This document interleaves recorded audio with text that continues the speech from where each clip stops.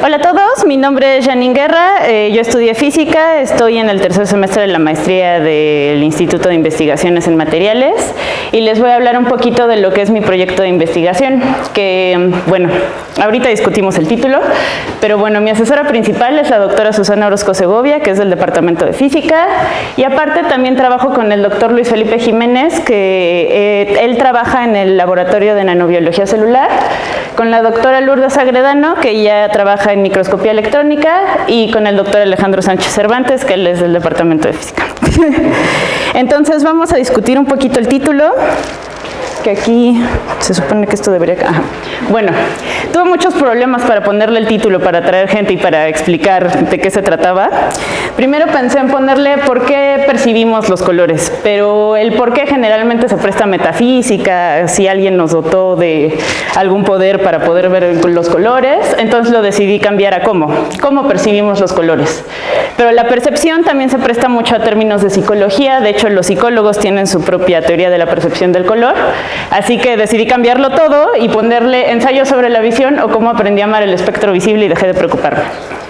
Esto solo es referencia, ensayo sobre la visión es referencia a un libro que me gusta mucho de José Saramago que se llama Ensayo sobre la ceguera, por si no lo conocen, y el otro es una película que se llama Doctor Strangelove o cómo aprendí a dejar de preocuparme y amar la bomba.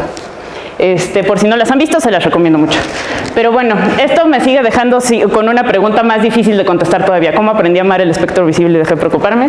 Entonces, como creo que toda plática de ciencias tiene que empezar con, bueno, su propósito tiene que ser contestar alguna pregunta, decidí contestarles, porque esto no está jalando. Ahí está. Mejor decidí contestarles esto. ¿Qué tienen en común estas dos imágenes? Esa no. Estas dos imágenes. Bueno, aquí tenemos la bandera de Inglaterra con diferentes colores y del otro lado tenemos un camaleón. Así que eso es lo que voy a tratar de contestar en este momento, bueno, no en este momento, al final de la plática. Y bueno, vamos a empezar con un pequeño repaso de qué son las ondas, porque la luz es una onda. Entonces, las ondas son perturbaciones que viajan por el espacio. Creo que todos aquí estamos familiarizados con las ondas. El ejemplo más clásico es cuando yo tengo una aplicación que no sirve, cuando yo tengo una cuerda y entonces la agarro y la empiezo a oscilar de arriba hacia abajo y la perturbación se propaga en la dirección que va perpendicular a la región en la que yo estoy haciendo la oscilación, y pues ese tipo de ondas se llaman ondas transversales. Y hay otro tipo de ondas como el sonido, que son las ondas longitudinales, que yo hago la oscilación en esta dirección y en esa dirección se propaga la onda. Y bueno, hay otro tipo de ondas que todo el mundo conoce, o todo el mundo ha hecho, que es la ola del estadio, ¿no? Entonces, la luz es un tipo de ondas muy particular, que son ondas electromagnéticas y son ondas transversales. ¿Se va a pasar más? No. Las ondas transversales, bueno, como lo dice su nombre, son ondas electromagnéticas, tienen una parte eléctrica y una parte magnética que van oscilando en direcciones perpendiculares a la dirección de propagación, que la dirección de propagación es esta. Y bueno, todas las ondas tienen estas características que, bueno, esto se le llama cresta, los máximos se les llama crestas, a los mínimos se les llama valles, la distancia de cresta a cresta se llama longitud de onda, y como las ondas viajan en una dirección, tienen una velocidad también que no puse aquí, pero bueno, y también tienen una frecuencia. La frecuencia es la cantidad de ciclos, o sea, la cantidad de periodos que se repiten en determinado tiempo. En este caso yo tengo aquí un ciclo, dos ciclos, y me dicen que esto es un segundo, entonces tengo dos ciclos sobre segundo y a esa unidad se le conoce como hertz. Pero bueno, estas características nos dicen lo que podemos ver. En el caso de las ondas electromagnéticas, mayores longitudes de onda implican colores como el rojo, o sea, estos son el espectro visible, lo que vemos de las ondas, tiene va de longitudes de onda de 400 a 700 nanómetros, que va del azul al rojo. Y hay otra cantidad de ondas electromagnéticas que no vemos, que son como los rayos gamma, los rayos X, los UV, el infrarrojo, que el infrarrojo no lo vemos pero lo sentimos, porque es el calor que emite el cuerpo, está en el infrarrojo, por ejemplo. Entonces, las ondas electromagnéticas tienen otra particularidad, que no necesitan un medio para viajar, pueden viajar en el vacío. Entonces se utiliza esa medida para definir algo que se llama el índice de refracción. El índice de refracción es la velocidad de la luz, que es 300.000 kilómetros sobre segundo, por la velocidad de la luz en el medio en el que estamos tratando de ver cómo viaja la luz.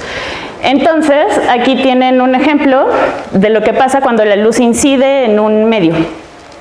Y lo que pasa es que llega la luz con cierto ángulo y hay una parte que se transmite y otra parte que se refleja.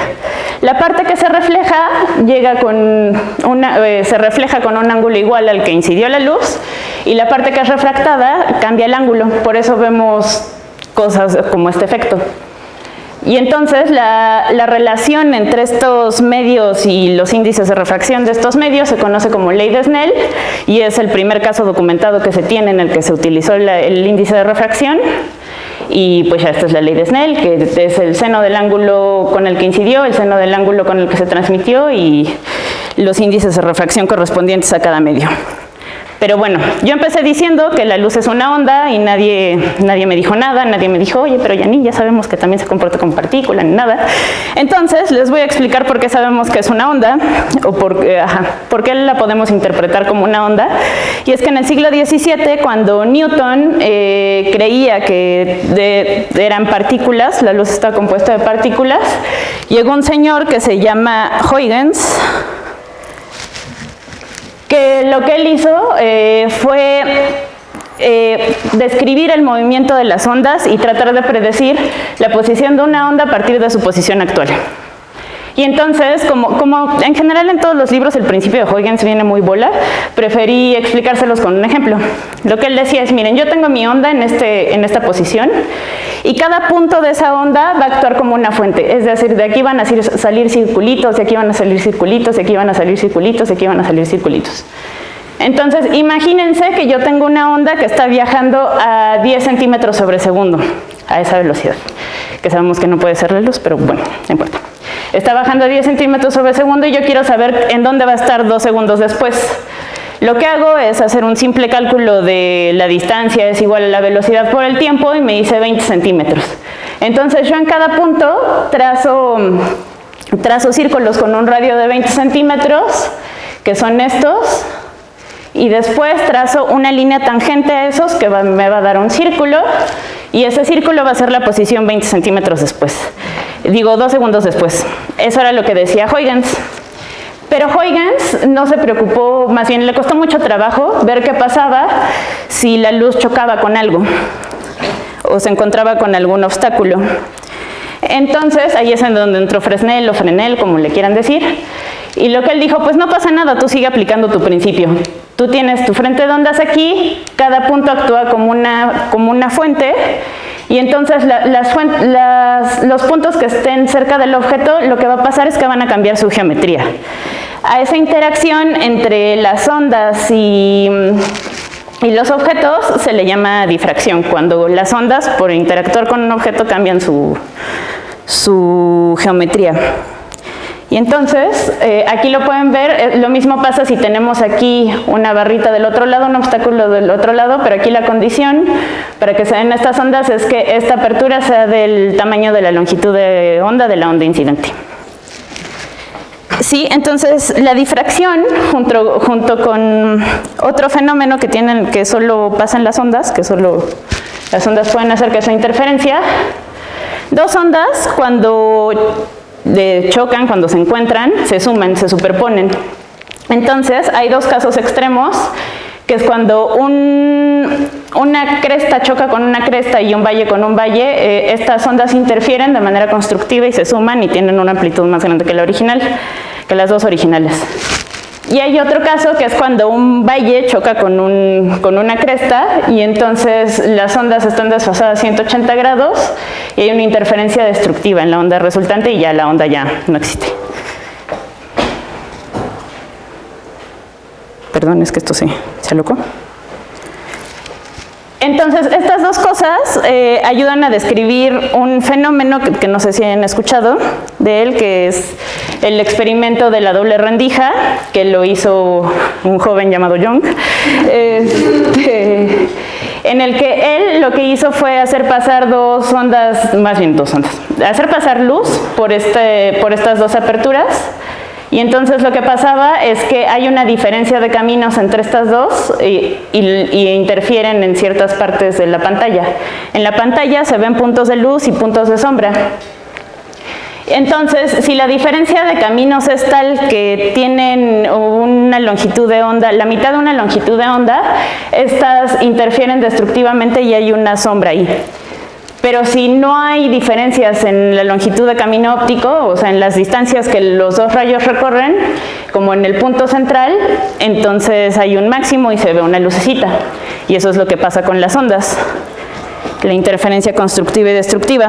Eso también explica algo que le pasa a todo el mundo, seguramente, que es cuando salen de su tubo verde y se encuentran una moneda de oro en la calle y está proyectada sobre una pared. Ustedes ven que la sombra de esa moneda tiene un punto blanco en el medio. Sí les ha pasado, ¿no? Ustedes ven un punto blanco en el medio y es porque las ondas de esta lámpara, cuando llegan a la moneda, se difractan y entonces interfieren de manera constructiva en el centro y ahí se hace un bonito punto de luz. Pero hay otro caso, que es el caso que me interesa aquí ahorita, en el que la interferencia de ondas tiene lugar, que es, por ejemplo, ya discutimos que cuando un rayo llega a una interfase, lo que pasa es que una parte se transmite y otra se refleja. Entonces, imagínense que tienen esta estructura en donde tienen un índice de refracción, o sea, un material, otro material con índices de refracción diferentes. Imaginen el aire y un plástico.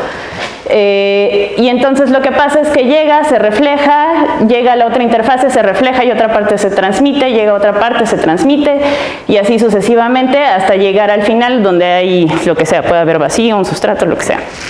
Entonces lo que pasa es que tienen todas estas ondas reflejadas aquí. Y esas ondas pueden interferir de manera constructiva o destructiva y esto puede funcionar como un espejo. Porque si interfieren de manera constructiva, pareciera como si no dejara pasar la luz que viene, porque está reflejando todo, y entonces es un espejo. Si interfieren de manera destructiva, entonces lo que está sirviendo es como un filtro, que solo deja pasar ciertas longitudes de onda y otras no. Esto es algo que se le ocurrió a un señor que se llamaba Lord Rayleigh, y lo publicó en este paper, que esto lo puse con el propósito de que vean la diferencia entre la ciencia que se hace hoy en día y la que se hacía entonces, que nosotros tenemos una idea y eso lo partimos en artículos pequeños, pero él dijo, yo no tengo tiempo de eso, yo voy a hacer 2 artículos en uno y me vale. Entonces, el primero trata sobre vibraciones paramétricas, oscilaciones paramétricas, que eso no es el tema de la plática de hoy, y el otro trata de la propagación de ondas en un medio periódico. Y eso fue en 1887, este es Lord Rayleigh, un bonito retrato de él. Y esas estructuras se utilizan en muchas cosas. Por ejemplo, esto es una estructura periódica que se utiliza en circuitos, que se utiliza como espejo. Esto es un espejo que en el recubrimiento tiene una estructura periódica, pero si se fijan, podemos ver la parte de atrás, está transmitiendo la luz visible. Este espejo es para el infrarrojo. Las frecuencias que no deja pasar son en el infrarrojo. Y esto es para mostrarles que esa estructura también depende del ángulo de incidencia. Si se fijan, va cambiando con el ángulo de incidencia los colores o las frecuencias de luz que deja transmitir y las que no. ¿Sí? Entonces, eso está divertido. Y ya quedamos que eso ya no sirvió. Pero ahora vamos a dar un pequeño salto, o sea, ya les moví un poquito las manos de cómo funcionan estas estructuras, pero para describirlas necesitamos aplicar algo que se llama las ecuaciones de Maxwell. Así como los fluidos, para describirlos utilizan las ecuaciones de Navier-Stokes, nosotros tenemos las ecuaciones de Maxwell. Estas ecuaciones, estas están en la forma no del vacío, que seguramente es como la mayoría las conocen, sino en materiales dieléctricos o materiales que no son transparentes. Entonces, aquí tenemos la primera, que es la ley de Gauss, que les habla de las fuentes del campo; la segunda, que es la ley de Gauss magnética, que les dice de la no existencia de monopolos magnéticos; la ley de Faraday, que les da un sentido entre cuando varían un campo eléctrico y su relación con el campo, cuando varían un campo magnético y su relación con el campo eléctrico, y más o menos el equivalente al revés de esta. Y pues estas ecuaciones tienen estas, que la E sabemos que es el campo eléctrico, el D es el campo de desplazamientos, y bla, bla, bla, tenemos ahí una notación para los que no lo conozcan. Y lo importante aquí es la epsilon y la mu. Esta epsilon es la permitividad eléctrica, que esa epsilon lo que se dedica a medir es la capacidad de un material para almacenar energía de campo eléctrico cuando se le pone en un campo eléctrico; y la permeabilidad magnética, que se dedica a, más bien, que lo que hace es medir qué tanto efecto tiene un material en un campo magnético cuando se le pone en un campo magnético. Y pues una relación muy importante entre estas es el índice de refracción, que es igual, que se puede calcular manipulando las ecuaciones de Maxwell. Es que el índice de refracción es igual a la raíz de la permeabilidad magnética por la permitividad eléctrica. Y pues bueno, manipulando estas ecuaciones uno puede resolver estructuras periódicas como las que estuvimos hablando ahorita. Pero esto se hace, aquí lo que decidí fue utilizar una notación muy extraña para complicarme la vida. El cero, el primer subíndice, significa la onda incidente, y si tiene un 1 como primer índice significa que está reflejada. Y el otro índice es en qué capa están. Entonces, este método de matriz de transferencia para resolver estas estructuras periódicas, lo que hace es analizar los campos eléctricos en cada una de las estructuras, en cada una de las capas, ver cuáles son las componentes tangenciales, y lo que te piden las ecuaciones de Maxwell es que haya continuidad en las componentes tangenciales. Entonces, por eso está esta igualdad. Esta delta no es más que la diferencia de fase, la diferencia de camino óptico que les expliqué desde un principio. Y manipulando esto se puede demostrar que existe una matriz que relaciona el campo eléctrico en mi primer medio con el campo eléctrico en el último medio que tenía. O sea, si yo tengo m capas, la última es el sustrato hasta donde llega, que suponemos que es un medio infinito, y esta relación me da algo que es lo que en realidad me importa cuantitativamente, que es la transmisión. Qué frecuencias me deja transmitir, qué longitudes de onda me deja pasar, qué colores voy a ver, qué colores no voy a ver, y cosas por el estilo. Entonces, este método es muy sencillo, es un método analítico con el que se pueden resolver estas estructuras, pero nada más son periódicas en una dirección. Hay otro método que sirve para resolver estas estructuras, que se puede extender a más dimensiones. Y este método es algo análogo al de semiconductores, que creo que no todos están familiarizados con los semiconductores, ¿verdad? No. Bueno, los semiconductores, un material en general, un metal, se modela por medio de los electrones libres que tiene la superficie. Entonces, para resolver eso, se utiliza esta ecuación, que es la ecuación de Schrödinger, o de Schrödinger, o como se pronuncia. Y esta ecuación es una ecuación de eigenvalores, que creo que ya casi todos aquí llevaron lineal. Bueno, ¿sí? ¿Se acuerdan lo que es una ecuación de eigenvalores? Bueno, una ecuación de eigenvalores no es más que un operador por un vector, y esto es igual a un escalar por ese vector. Y lo mismo tenemos acá. Manipulando las ecuaciones de Maxwell podemos llegar a que tenemos un operador por un vector, y eso es igual a un escalar por ese operador, por ese vector. Y entonces hay un teorema que se utiliza para resolver ambas ecuaciones, que es el teorema de Bloch o el teorema de Floquet, dependiendo de si lo están viendo desde el punto de vista físico o desde el punto de vista matemático. El teorema de Bloch lo que dice es que los eigenestados phi de un hamiltoniano para un electrón en un potencial periódico es esta estructura periódica. Esas soluciones tienen la siguiente forma, donde esto es la forma matemática de expresar una onda plana y esta función tiene que tener la misma simetría que hablamos desde un principio. Estas capas tienen que tener la misma simetría.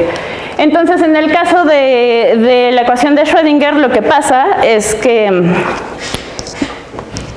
tenemos estas bandas para describir si un material es conductor, semiconductor o aislante. Entonces, si estas bandas están pegadas, o sea que no se necesita un salto energético para pasar de una a otra, es un conductor, eso siguen los electrones, y si se va separando ya tenemos un semiconductor y ya más grande ya es una brecha de energía. Y lo mismo pasa en el caso de la luz, resolviendo esa ecuación, que ya viéndolo en la manera de este lenguaje, en lugar de con interferencia destructiva o constructiva, lo que pasa es que imagínense que tenemos esta onda, viajando por este medio, y entonces con un método variacional que se aplica en la ecuación que les enseñé antes, se encuentra que las ondas de menor frecuencia prefieren viajar a través de zonas con mayor índice de refracción.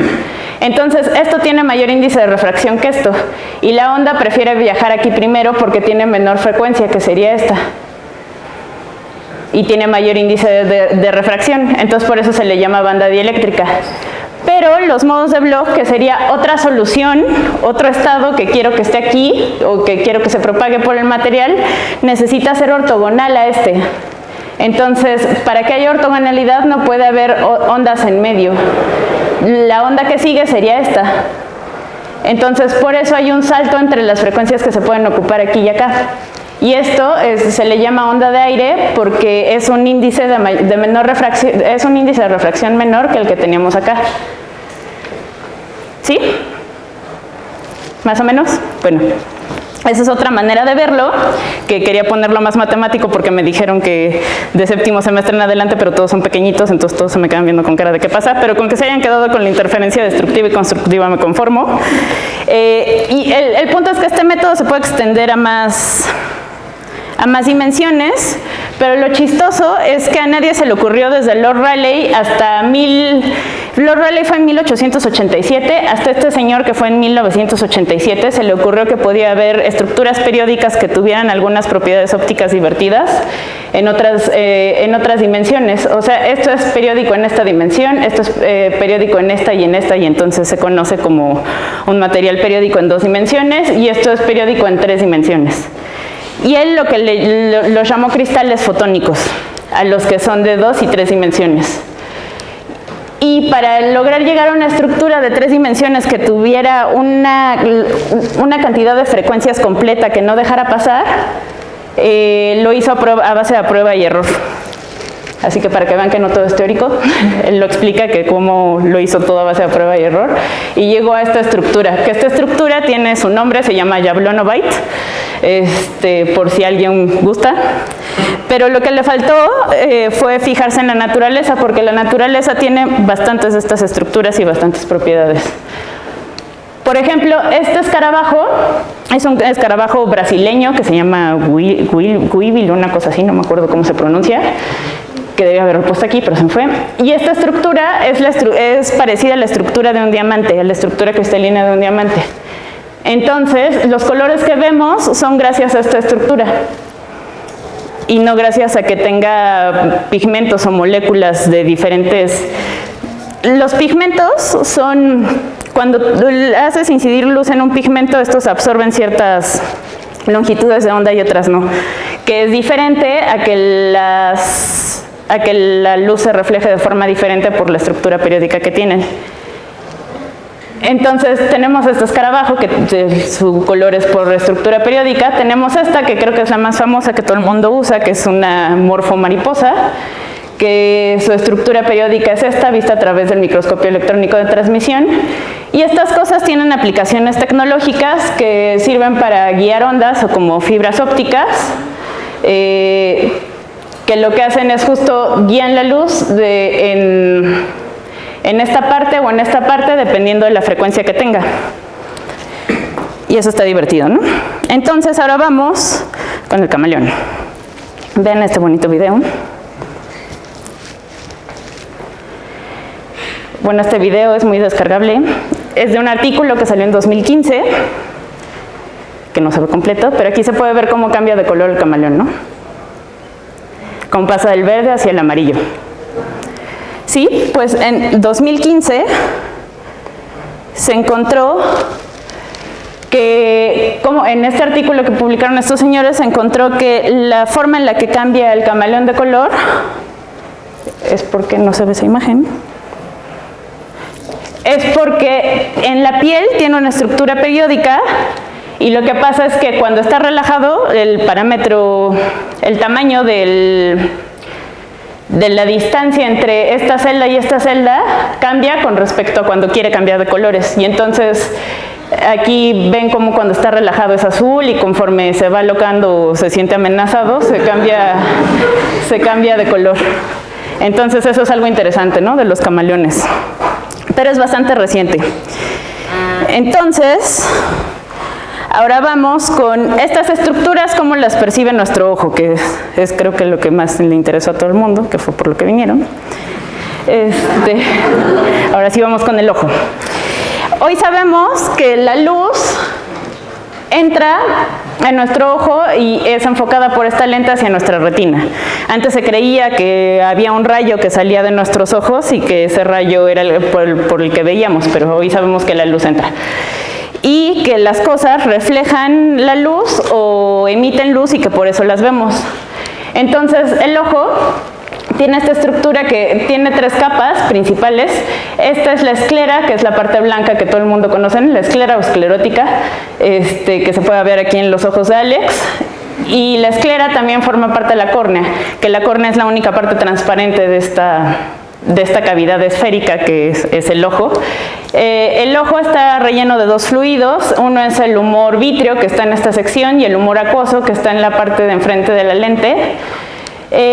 Las otras 2 capas, la otra es una capa vascular que se dedica a dar sangre al ojo, y la última es la retina, que es la que de verdad a nosotros nos interesa. La parte de acá también es bastante interesante, pero pues ya sabemos que por el momento lo que pasa es que entra la luz, el cristalino, que se llama la lente que tenemos dentro del ojo, que si alguna vez tienen la oportunidad de abrir un ojo se los recomiendo, es una lente, en biología les ponen a medir el foco del cristalino y todo.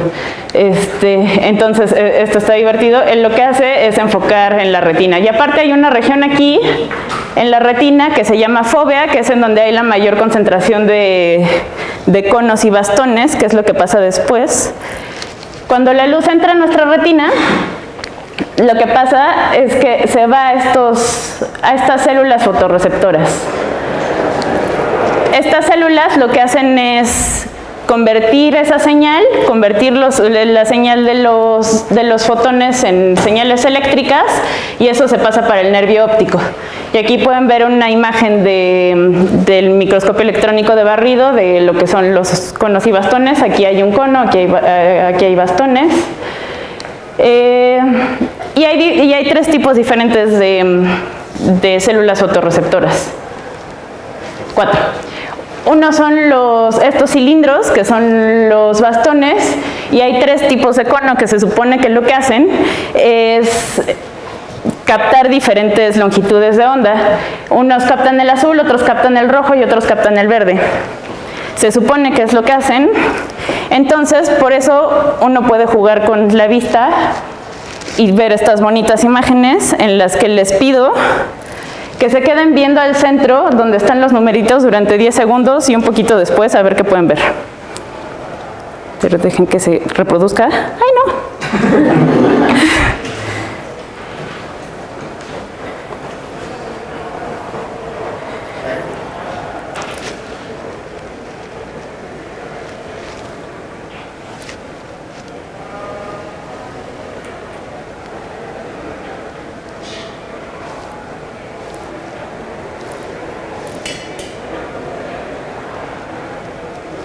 Ahí está.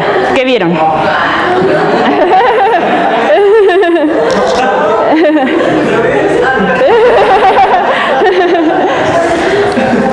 Entonces, ¿qué vieron? Al revés, vieron, o sea, esto lo vieron rojo y lo demás azul, ¿no? Ok, lo que pasa es que sobreexcitan, o sea, lo que hice fue sobreexcitar sus células fotorreceptoras y las que están en cierto rango. Por ejemplo, el centro de la imagen es azul, entonces esta dijo ya, 10 segundos es demasiado para mí, ya déjame descansar. Entonces, cuando se pone la pantalla blanca, lo que pasa es que pone a actuar a la roja. Y como los conos están distribuidos de formas diferentes en nuestra retina, lo mismo pasa con el amarillo, que el amarillo sabemos que es azul y verde, lo que pasa es que sobreexcita más al azul y dice no, deja trabajar el otro color, gracias. Eso es lo que pasa con las células fotorreceptoras. Por eso sabemos que distinguimos en distintos colores y que existen esos tres tipos de cono. Pero bueno, la estructura de los conos y bastones es esta, bien bonita.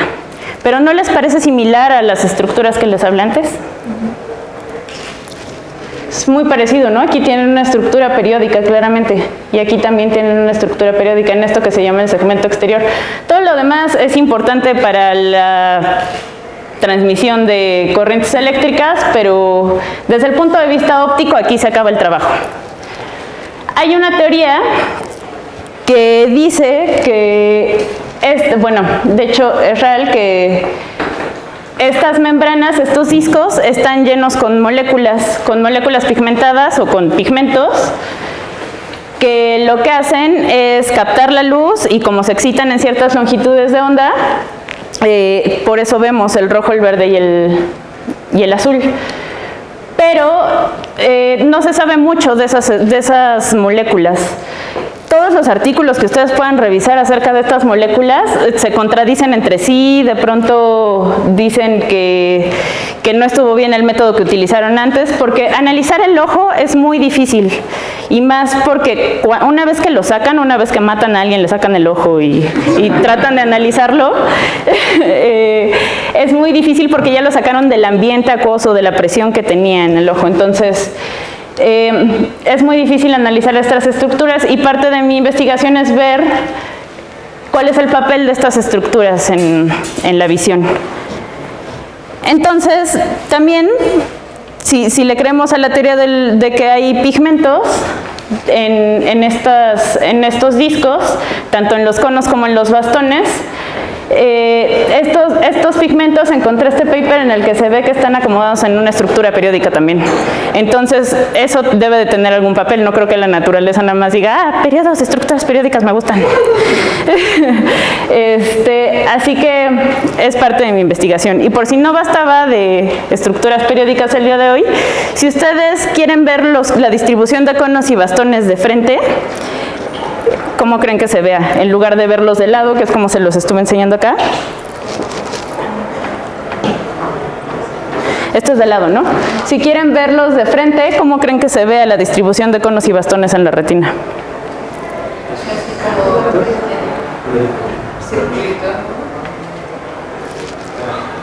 Estructuras periódicas también. Estos son retinas de humanos de diferentes edades. Y estas son regiones donde hay puros conos. Aquí empiezan a aparecer los bastones rodeando a los conos más o menos. Entonces, estructuras periódicas en el ojo hay en todos lados. Y esa estructura en particular sirve para describir un fenómeno que pasa en la vista que se llama el efecto Stiles-Crawford, que ese efecto lo que pasa es que si van variando la distancia a la que entra la luz a su ojo, como se percibe en la retina es así.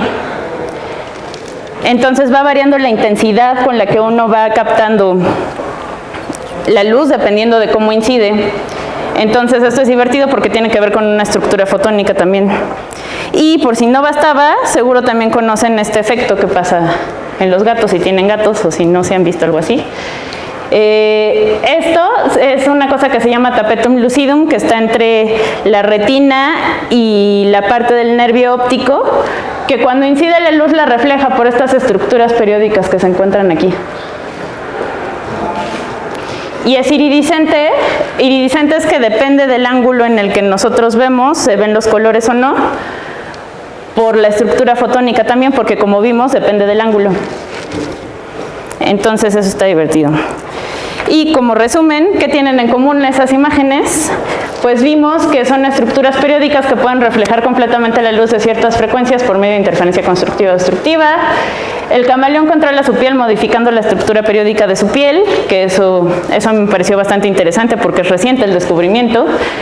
Y que el segmento exterior de las células fotorreceptoras de los ojos tiene una estructura periódica. Y esta podría ser la causante de que vemos a colores, pero todavía no sabemos porque eso es parte de mi investigación, que espero que sí, pongan chonguitos.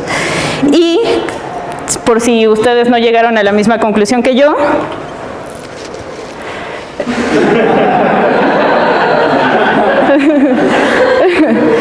y bueno, ya eso sería todo. Nada más recomendarles algunos libros por si les interesa más saber de la teoría de los cristales fotónicos. Esta es la Biblia. Este doctor, Ioannopoulos, es un investigador del MIT y el MIT tiene su propio grupo de cristales fotónicos.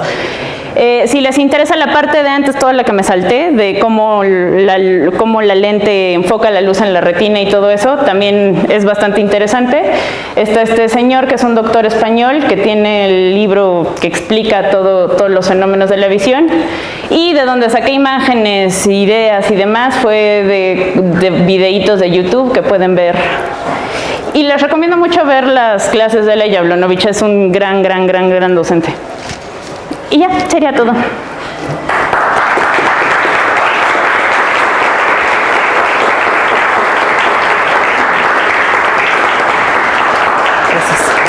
Queda mucho espacio para varias preguntas. Si alguien gusta hacer una, ¿tiene alguna duda? No me acuerdo mucho de óptica, pero cuando entran los láseres en la estructura periódica de una dimensión, entran y se reflejan la parte. Ajá. Pero no al haber otra vez gente que lleva muy adentro, Ajá. no al haber otra vez capaz de un material arriba, no vuelve a haber otra reflexión hacia adentro. ¿O qué sucede? Ajá, sí puede haber otra reflexión adentro, sí, pero no estoy contando, eso se toma como pérdidas un poco. Ah, okay. Sí, el punto es que los primeros haces que interfieran según el grosor de la capa se interfieren destructiva o constructivamente. También hay una pérdida de intensidad, ¿no? Sí. Sí, pero es mínima en general, casi. En los cristales fotónicos, eso es lo divertido. Ah, ok. Sí.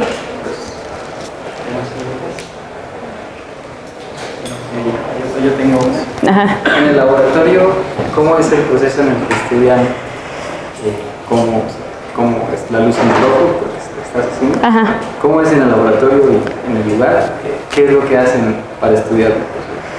¿Buscan fabricar una estructura que se parezca y luego lo hacen? En general se busca una estructura que se parezca, pero lo que estamos buscando es... también es que si no quieres analizar ratas y quieres humanos, sí tienes que ir un poco a la morgue, pero con todas las cosas de bioética que hay ahorita está más difícil. Pero sí, están los dos métodos. Está el método de hacer una estructura similar. De hecho, yo trabajé con algo que ya empecé, con esta estructura para reproducir el efecto Stiles-Crawford, pero con una fibra de cristal fotónico que se las enseñé aquí, con una fibra de este estilo, que tiene más o menos el mismo patrón. Entonces, ver si se podía reproducir ese efecto o no. Ajá, sí. Se pueden las dos cosas. De hecho, el doctor Pablo Altar dice que los mejores sujetos de investigación son los postdocs, entonces. ¿Alguna otra pregunta? ¿Por qué, puedes regresar a la parte de los materiales en donde justamente tú comentaste que justamente el campo electromagnético prefiere lugares en donde hay mayor índice de mayor índice de refracción, los de bajas frecuencias. Eso me suena como a principio de Fermat, pero no Lo es, sí, porque sale de un principio variacional, los dos salen de un principio variacional. ¿De cuál principio variacional sale? ¿El mismo de Fermat? Ajá, sí, lo que haces es aplicar variaciones a esa ecuación y entonces te sale que justo lo que quieres es que lo que la luz prefiere es índices de refracciones altos. ¿Sí? Pues, si ya no hay más preguntas, pueden hacer personalmente preguntas ahorita con café y galletas, los esperamos aquí afuera. Te agradecemos. Gracias.